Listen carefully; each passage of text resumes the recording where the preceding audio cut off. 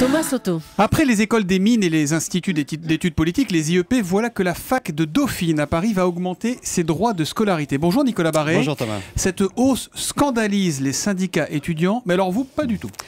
Moi, ce qui me scandalise, je vais vous dire, c'est l'hypocrisie consistant à dire que l'enseignement supérieur doit être gratuit. Au nom de quoi? L'UNEF, le syndicat étudiant, ferait mieux de réfléchir à 2 fois avant de monter au front. Le système est foncièrement inégalitaire. On sait très bien que la gratuité revient en fait à faire payer par tout le monde, y compris donc par les plus pauvres, les études d'une minorité. Il ne vous a pas échappé que la population étudiante, hélas, n'est pas un reflet parfait de la population française. Elle reflète plutôt les classes supérieures. Une politique de gratuité est donc, par définition, anti-redistributive, voire anti-sociale. C'est exactement ce à quoi répond intelligemment l'Université de Paris-Dauphine, avec des droits de scolarité donc qui augmentent avec les revenus.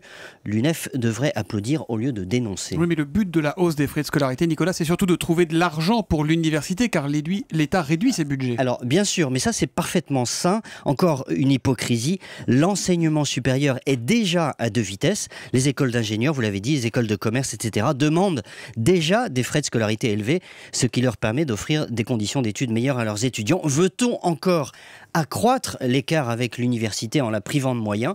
L'état de l'université française est une honte pour un pays qui prétend conserver son rang de 5e puissance mondiale.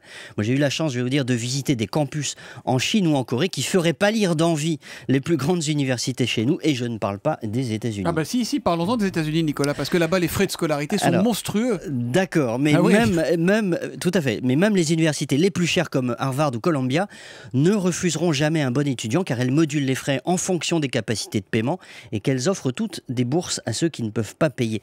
Et c'est ce que nous devrions faire chez nous, faire payer plus ceux qui le peuvent et offrir des bourses aux autres. Mais voir des étudiants s'accrocher à la vieille lune de la gratuité pour tous, j'allais dire quel conservatisme. Ceux-là ont oublié d'être jeunes et de penser autrement, à se demander ce qu'ils font à l'université. Allez hop, Nicolas Barré, directeur de la rédaction des Échos, renvoie tout le monde en fac pour un cours de bon sens économique, on va dire ce matin. L'édito Écho de Nicolas, c'est tous les matins à 8h10. À demain Nicolas. À demain. Bonne journée.